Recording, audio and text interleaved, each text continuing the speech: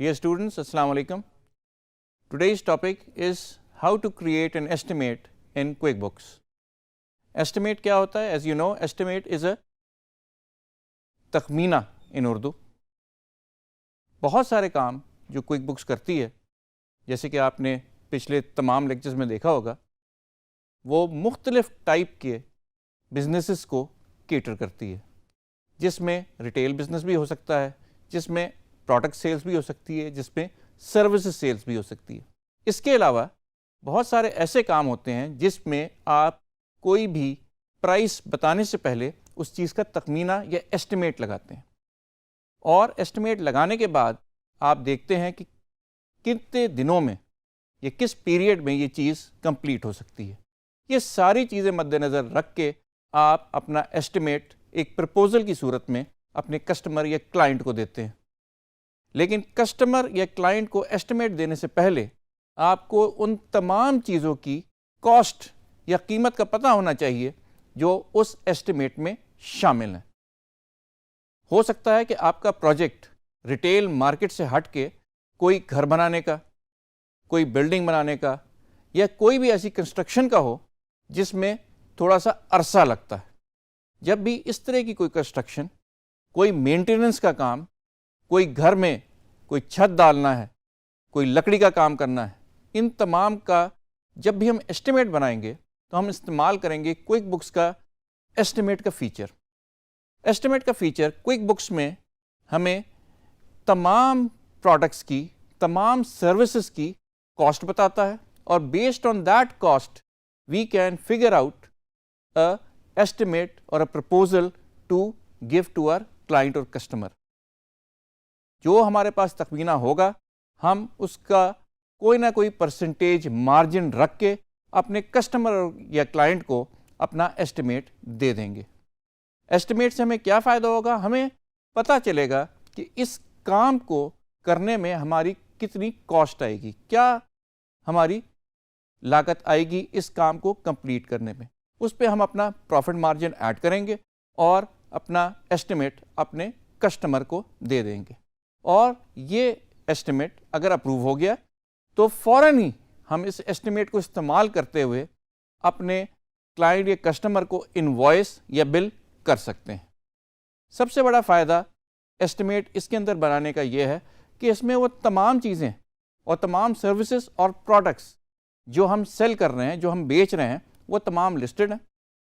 उनकी कॉस्ट हमारे पास अवेलेबल है, हमें ड्यूरेशन हमारे क्लाइंट या कस्टमर ने बताया हुआ है, और based on all this information we can make an estimate for our client. याद रहे कि रिटेल बिजनेस में शायद हमें एस्टिमेट बनाने की ज़रूरत ही पेश ना आए, लेकिन बिजनेस की नौइयत देखते हुए हमें ये डिसाइड करना होता है कि क्या हम इस प्रोजेक्ट के लिए एस्टिमेट बनाएंगे या नहीं। और क्योंकि क्विकबुक्स हर किस्म के बिजनेसेस को कवर कर रहा है, तो उसमें एक बिजनेस टाइप जो ये कवर करता है, उसमें एस्टिमेट एक बहुत ज़रूरी जुज़ है। आइए देखते हैं कि हम क्विकबुक्स में एस्टिमेट किस तरह से क्रिएट करते हैं। Students, as you know, when we started these lessons of QuickBooks, the first thing we did was to create a company, and when we created that company, one of the question asked was, are we going to make estimates? And we said yes. हमने जब ये company create की तो उस वक्त हमने जो चीज़ choose की थी वो था कि we are going to create estimates. अगर हमने उस वक्त वो चीज़ चूज़ ना की होती और अब हमें अंदाज़ा होता कि हमें एस्टिमेट बनाने हैं, तो आइए देखते हैं कि हम क्विकबुक्स में वो किस तरीके से एस्टिमेट की ऑप्शन को ऑन करते हैं। आपको जाना है सबसे पहले एडिट और फिर प्रेफरेंस में, और प्रेफरेंस के अंदर आपको नज़र आएंगे jobs and estimates. Company preference में जाएं and do you create estimate को यस कर दें। जैसे आप यस करेंगे, ओके करेंगे, तो आपके होम पेज के ऊपर कस्टमर पैनल के अंदर एस्टिमेट्स का आइकॉन नज़र आने लगेगा, और जब भी हम एस्टिमेट को क्लिक करेंगे तो हमारे पास एस्टिमेट की स्क्रीन आ जाएगी। याद रहे कि एस्टिमेट बेस करता है हमारे कॉस्ट पे जो हमने अपने प्रोडक्ट्स और सर्विसेज के साथ एसोसिएट की हुई। तो आइए देखते हैं कि एस्टिमेट कैसे बनाते हैं, और क्योंकि एस्टिमेट का डायरेक्ट ताल्लुक हमारे इनवॉइस से होगा तो हम देखेंगे कि एस्टिमेट की शक्ल हमारे किसी भी इनवॉइस की शक्ल की है। इसमें सबसे पहले जिस तरह से हम इनवॉइस में चूज़ करते हैं, इसमें भी हम कोई ना कोई कंपनी चूज़ करेंगे और उसकी जितनी इन्फॉर्मेशन है वो हमारे पास सामने नज़र आने लगेगी। इस केस में हमने इस ख़ास कस्टमर को जो चीज़ की एस्टिमेट देना है, जो तखमीना देना है, वो हम देख लेते हैं। हमने इसे कैबिनेट्स का तखमीना देना है और साथ साथ हमने इसे इंस्टॉलेशन का तखमीना देना है। जैसे ही हमने ये इन्फॉर्मेशन यहाँ डाली, यहाँ कुछ ना कुछ इन्फॉर्मेशन ऑटो फिल्ड होके हमारी स्क्रीन के ऊपर आ गई। जैसे कि आप देख सकते हैं कि यहाँ लिखा हुआ है कि ये कितनी तादाद में आपने कैबिनेट्स इसे देने हैं। तखमीने में हमने कहा है कि हमने इसे कोई 8 कैबिनेट्स देने और उनके दरवाजे वगैरह सारे हमने देने। इसी तरह इंस्टॉलेशन हमारी जो होगी उसका भी एक तखमीना हमने इन्हें देना है, और ये इंस्टॉलेशन है कोई 100 स्क्वायर फुट की, वो हमने इन्हें तखमीना दे दिया। इसके सामने आप देख सकते हैं कि एक कॉस्ट का कॉलम है जो हमें नज़र आ रहा है। कॉस्ट हमारी कहाँ से आई? कॉस्ट हमारी आई उस रेट से जो हमने at the time of creating these items हमने उसको दी थी। जो भी हमने कॉस्ट दी थी उसके हिसाब से, जो भी हमने रेट दिया था उसके हिसाब से ये कॉस्ट हमारे सामने आ गई है।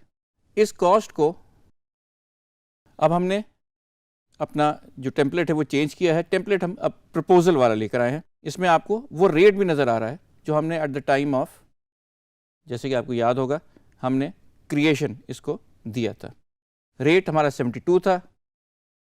ये हमने इसके ऊपर अपने क्वांटिटीज़ डाली हैं और ये जो अमाउंट आपको नज़र आ रही है ये अमाउंट हमारी कॉस्ट की अमाउंट। ये सारी कॉस्टें हमने इधर डाल दी हैं और ये जो आपको यहाँ सामने अमाउंटें नज़र आ रही हैं, ख़ास तौर पे ये वाली अमाउंट, ये वाली प्राइस की अमाउंट है। हमने जब ये चीज़ क्रिएट की तो हमने उस वक्त इसको बताया था कि इसका रेट ये होगा और इसका जो प्राइस होगी वो उससे थोड़ी ज़्यादा होगी, तकरीबन 20% हमने उसमें इजाफ़ा रखा था। अब हमारे पास ऑप्शन है कि हम इसकी प्राइस बढ़ाएं या इसका हम किसी तरीके से जो हमारा मार्कअप है वो इंक्रीज़ करें, क्योंकि इस केस में हमारी प्राइस हमारे पास सामने आ गई है, लेकिन इधर हम अपनी पसंद से 15% मार्कअप इसको दे सकते हैं और इसी तरह यहाँ भी हम 15% मार्कअप दे रहे हैं। जैसे ही आप इसमें मार्कअप डालेंगे आपको नज़र आना शुरू हो जाएगा कि हमारी जो कॉस्ट है वो है 576, लेकिन अब हमारी जो प्राइस आ रही है वो आ रही है 662, और इसी तरह से हमारी जो कॉस्ट है वो 12,000 है, लेकिन हमारी प्राइस आ रही है वो 14,392 है। इसे भी हम राउंड फिगर में ले आते हैं ताकि हमें आसानी हो जाए। अब हमने अपने तमाम आइटम्स पे अपनी कॉस्ट से मार्कअप ऐड कर दिया है और उसकी वजह से हमारी एक नई प्राइस नज़र आने लगी है। कॉस्ट और प्राइस में आपको फ़र्क क्लियर होना चाहिए। कॉस्ट वो है जो कोई भी चीज़ जो हम ख़रीद रहे हैं अपने क्लाइंट या कस्टमर को देने के लिए, उसकी कीमत है। तो ये जो हमारे सामने इस रेट और अमाउंट की सूरत में चीज़ नज़र आ रही है, ये हमारी कॉस्ट है या वो कीमत है जो हमने अदा की है ये चीज़ हासिल करने के लिए। जब हम अपने कस्टमर को ये चीज़ देंगे तो हम इसके ऊपर मार्कअप चार्ज करके थोड़ा सा प्रॉफिट मार्जिन डाल के देंगे ताकि वो हमारे तमाम अखराजात जो ऊपर हम इसके खर्च करेंगे उसको कवर कर सके। ज़रूरी नहीं कि सारा का सारा ये प्रॉफिट है, हो सकता है कि इसमें से 1% वो हो जिसमें आपको इसको ट्रांसपोर्ट करने की कॉस्ट हो, पैक करने की कॉस्ट हो, अनपैक करने की कॉस्ट हो। ये तमाम कॉस्टें मिलाकर ये हम इधर सोच समझ के ये मार्कअप लगाते हैं, और जब हम मार्कअप लगाते हैं तो ये जो चीज़ अब सामने आ रही है टोटल, अनलाइक दिस अमाउंट, ये जो टोटल आ रहा है ये हमारी प्राइस है। ये हमारी कॉस्ट है और ये हमारी प्राइस है। उसके बाद हमें पता होना चाहिए कौन सी चीज़ टैक्सेबल है और कौन सी चीज़ नॉन टैक्सेबल है, क्योंकि हमने at the time of registration in items को टैक्सेबल और नॉन टैक्सेबल कर दिया है, लेकिन अगर चाहें तो हम यहाँ भी चेंज कर सकते हैं। लेकिन क्योंकि हमने पहले से रजिस्टर किया हुआ है, इसलिए हमें पता है कि ये आइटम टैक्सेबल हैं और ये आइटम टैक्सेबल नहीं है। अब हमारा ये पूरा का पूरा जो फॉर्मेट है एस्टिमेट का वो तैयार है। इसमें हमारी कॉस्ट भी हमें नज़र आ रही है, जो कीमत हमने अदा करनी है, और हमें इसकी प्राइस भी नज़र आ रही है जो हमने अपने कस्टमर को जाके देनी है। जब हम ये पूरा का पूरा एस्टिमेट बना लें, फाइनलाइज कर लें, तो हम इसे सेव कर लेते हैं। अब हम देखते हैं कि इस प्राइस के ऊपर अगर हमारे पास जो हमारा क्लाइंट है वो मान जाता है तो हम उसको इसकी इनवॉइस भी कर सकें बेस्ड ऑन दिस एस्टिमेट। वो कैसे करेंगे आइए देखते हैं होम पेज पे जाके। जब आप होम पेज पे जाएंगे, एस्टिमेट आपने बना लिया है। अब उसी एस्टिमेट को सामने रखते हुए हमने एक प्राइस अपने कस्टमर को देनी है। जैसे ही आप इनवॉइस की फील्ड को ओपन करते हैं, आपके सामने तमाम डिटेल आ जाती है। आइए हम उसी कस्टमर को चूज़ करते हैं जिसको हमने एस्टिमेट दिया था। वो हमारा एस्टिमेट मान गया है और अब हमारे पास वो एस्टिमेट अवेलेबल है हमारे सिस्टम के अंदर। क्योंकि वो एस्टिमेट अवेलेबल है, हमारा कस्टमर मान गया है और हम ये पूरी invoice based on that estimate बनाना चाहते हैं, बजाय इसके कि हम दोबारा से इनवॉइस बनाए। All we have to do is, अगर उस कस्टमर के अगेंस्ट एस्टिमेट अवेलेबल है तो वो आपको दिखाएगा, आपने उसको ओके करना है और आपकी पूरी की पूरी invoice based on that estimate तैयार होके आपकी स्क्रीन पे आ जाएगी। हमने कुछ भी नहीं किया, हमने एस्टिमेट बनाया, अप्रूवल ली और उसकी बेस पे हमने एस्टिमेट की बेस पे इस पर्टिकुलर कस्टमर के लिए एक पूरी इनवॉइस बना दी है। हमने बार बार री एंटर कुछ भी नहीं किया। जब भी आप री एंटर करेंगे there is a chance of error, तो हमें कोई चीज़ नहीं करनी, एस्टिमेट की अप्रूवल लेनी है। Once the estimate is approved, हमने based on that estimate automatically अपनी इनवॉइस जनरेट करवा देनी है और हमने इसे सेव कर देना है। और ये हमारा ये पूरा का पूरा सिलसिला एस्टिमेट से लेके इनवॉइसिंग तक कंप्लीट हो गया। Now that we have completed an estimate and based on that estimate we have created an invoice. हुआ ये है कि हमने अपना तखमीना बनाया है, तखमीने में हमें तमाम कॉस्टें नज़र आई हैं। उन कॉस्टों को हमने कुछ ना कुछ बढ़ाया है ताकि हमारा जितना और ख़र्चा होने वाला है वो भी कवर हो और थोड़ा सा हमें प्रॉफिट भी नज़र आए, और एक नया एस्टिमेट क्रिएट करके प्राइस बना के अपने क्लाइंट के कस्टमर को दी है। उसने उसे अप्रूव किया है एंड वंस अप्रूव्ड हमने उस एस्टिमेट को इनवॉइस में कन्वर्ट कर दिया है with a click of a button. हमें बार बार मुख्तलिफ डॉक्यूमेंट्स नहीं बनाने पड़े, और यही इसकी खूबसूरती है क्विक बुक्स की कि ये आपको फैसिलिटेट करती है कि जैसे ही आप एक काम कंप्लीट कर लें उससे लिंक्ड सारे काम ऑटोमेटिकली होते चले जाते हैं। So now you understand how to create an invoice based on an estimate which you have created and got approved earlier. That is all for today. Thank you.